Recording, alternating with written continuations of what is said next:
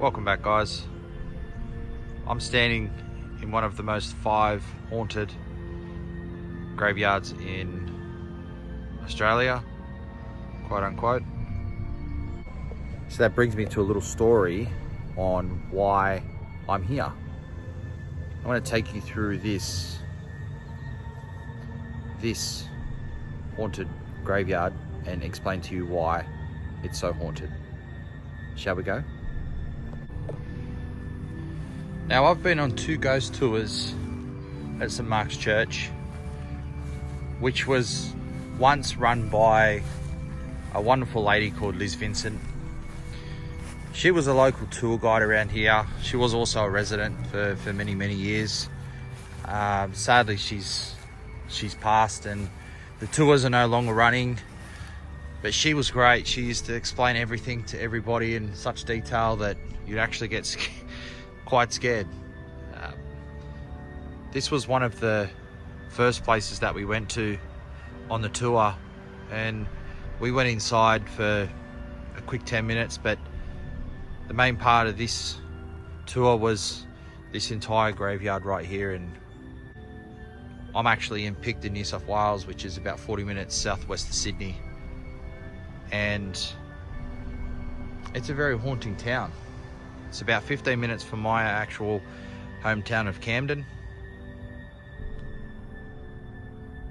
and it's one of the oldest towns going around, as I'd like to say, in New South Wales. Now, Liz did a lot of tours around here, including Mushroom Tunnel, which we won't have access to because it's now forbidden and the council's now locked it off. That was pretty much the end of the tour, where she'd take you down to the tunnel and explain to you what happened around 120 years ago with a little girl named Emily who was struck by the train in the middle of the tunnel. And it's been haunted there ever since. Well, she's been haunting that ever since.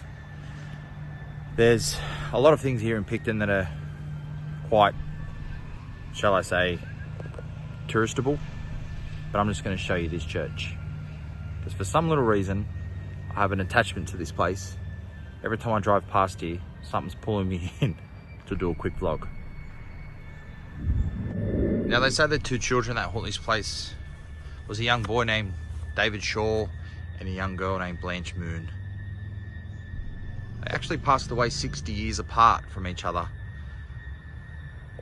David was the son of the parish that was a minister here,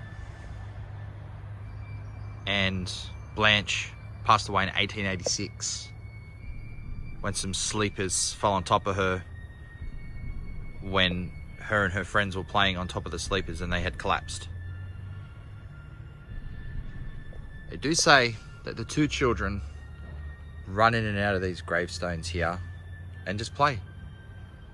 There's a lot of sightings of this. I'm just going to put some photos on the screen right now, which will give you an indication of what I'm trying to explain, or give you an insight.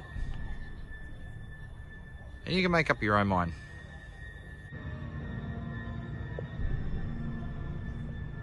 This is the foundation stone of St Mark's Church, Picton. It was laid by the Reverend Edward Rogers, Minister of Parish, on the 16th day of July, AD 1850.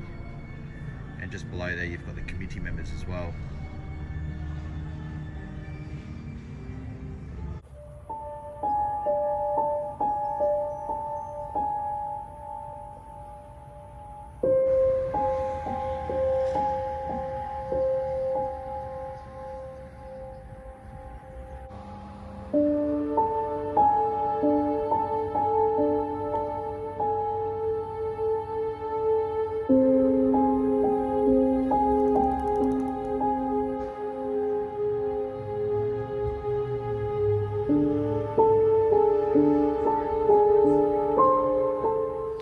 So there you have it, just a quick insight of St Mark's Church in Picton and the history it holds.